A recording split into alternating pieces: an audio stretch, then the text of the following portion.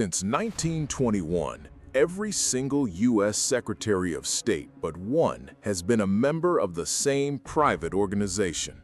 Every CIA director from its founding through the 1970s, member of the same organization.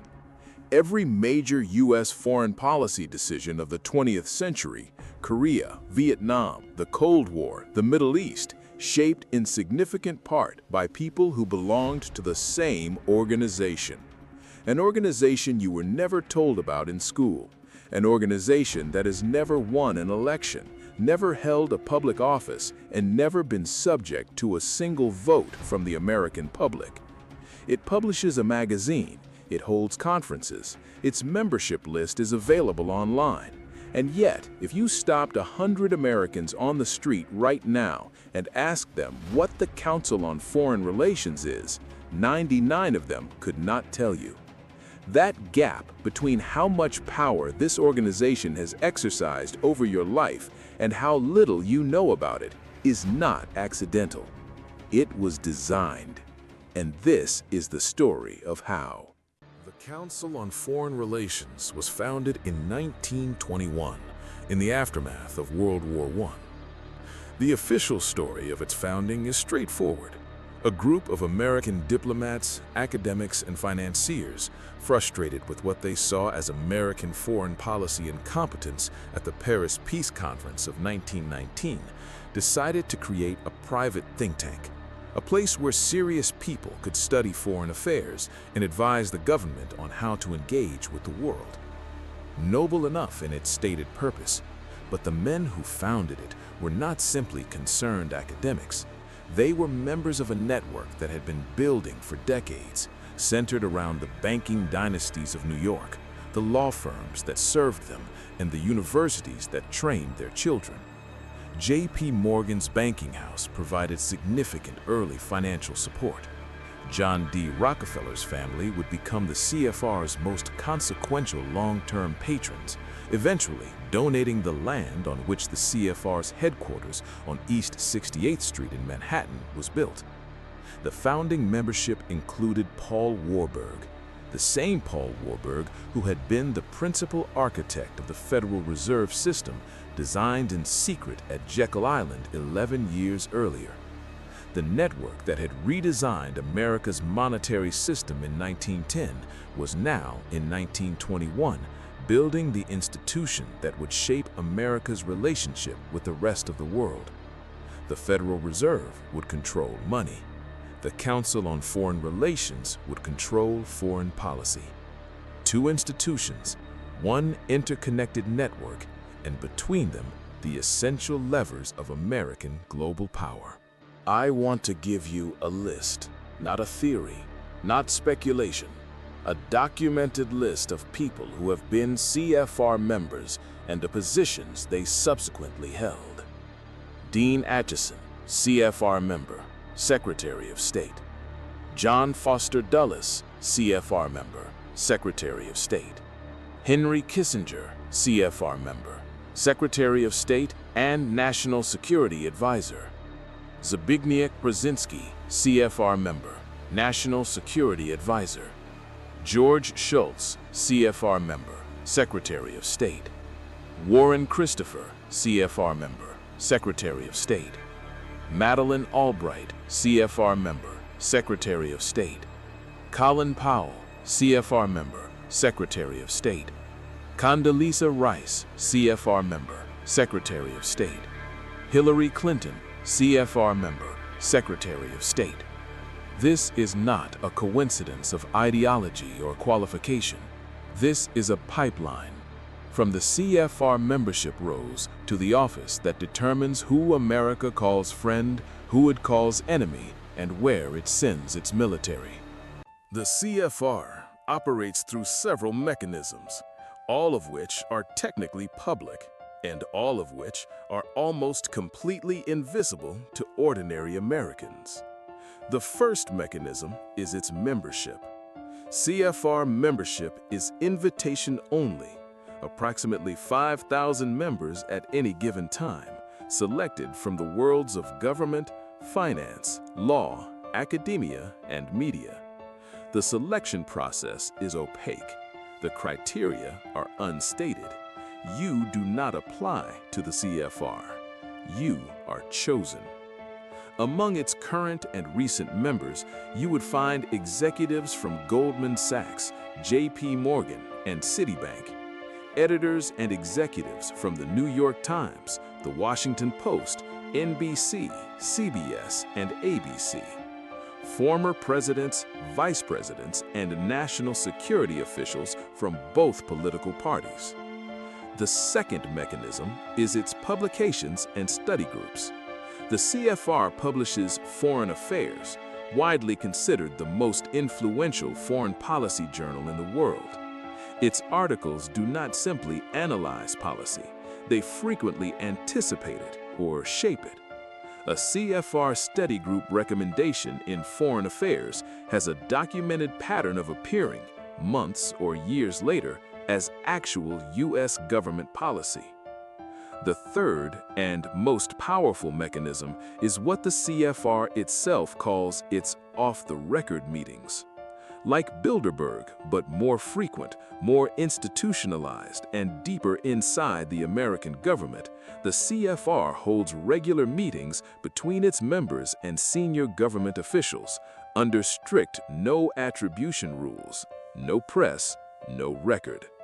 These are not illegal. They are not secret in the sense of being hidden. They are simply invisible to anyone who is not inside the room. And the people inside the room, the people shaping what America does in the world, have been drawn from the same membership rolls, the same universities, the same banking houses, and the same family networks for over 100 years. Admiral Chester Ward, a CFR member for 16 years before resigning in protest, wrote in 1975 that the CFR's primary goal was the submergence of U.S. sovereignty and national independence into an all-powerful one-world government. These are not the words of an outside critic. They are the words of a former insider. Hillary Clinton, while serving as Secretary of State, gave a speech at the CFR's Washington office.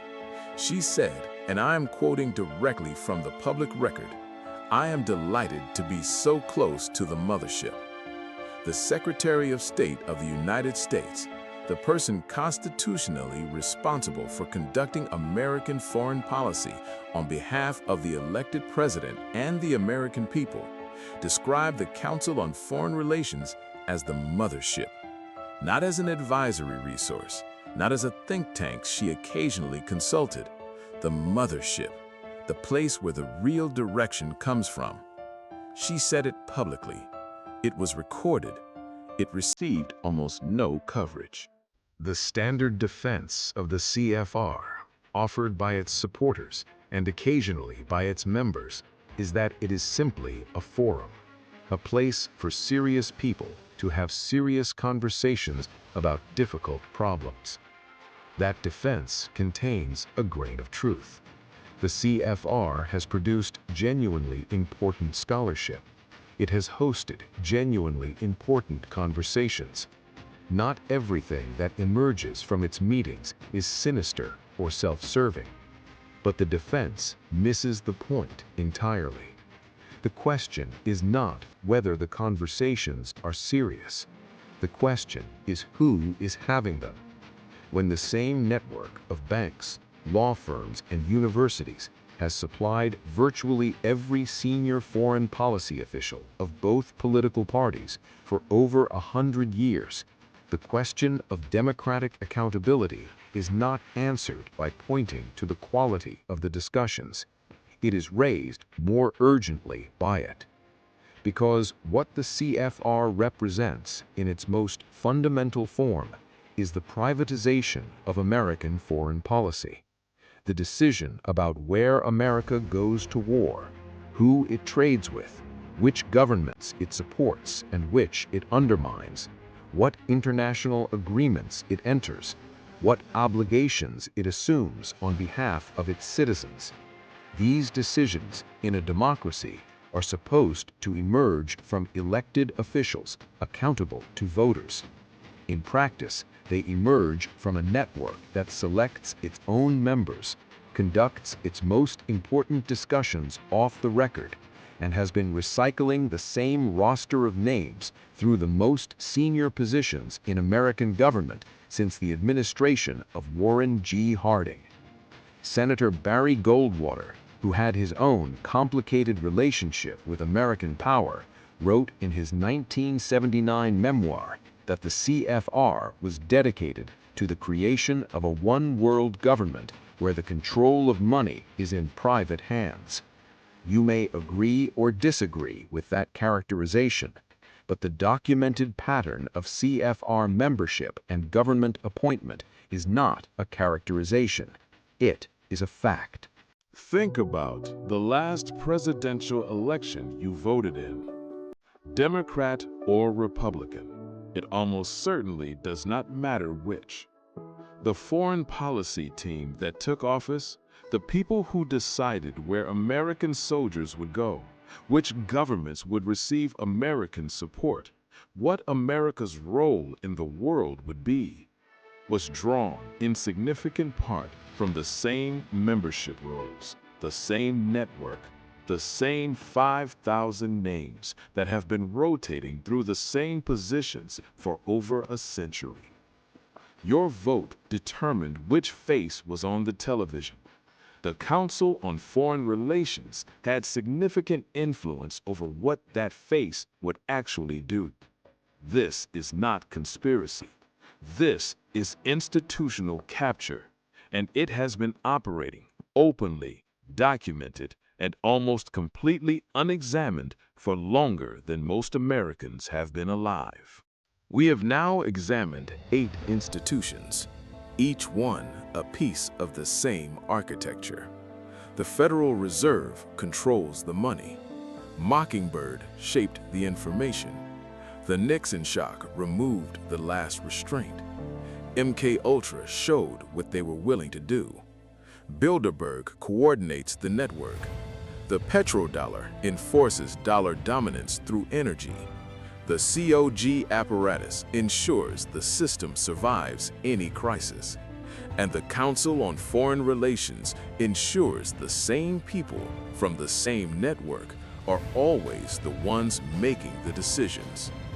In our next episode, something different happens. Congress found out. In 1975, a Senate committee investigated the CIA, the FBI, and the broader intelligence apparatus with a thoroughness that has never been matched before or since. They found assassination plots, illegal surveillance of American citizens, programs that violated the Constitution so completely that senior senators described what they heard as the evidence of a government that had gone to war against its own people.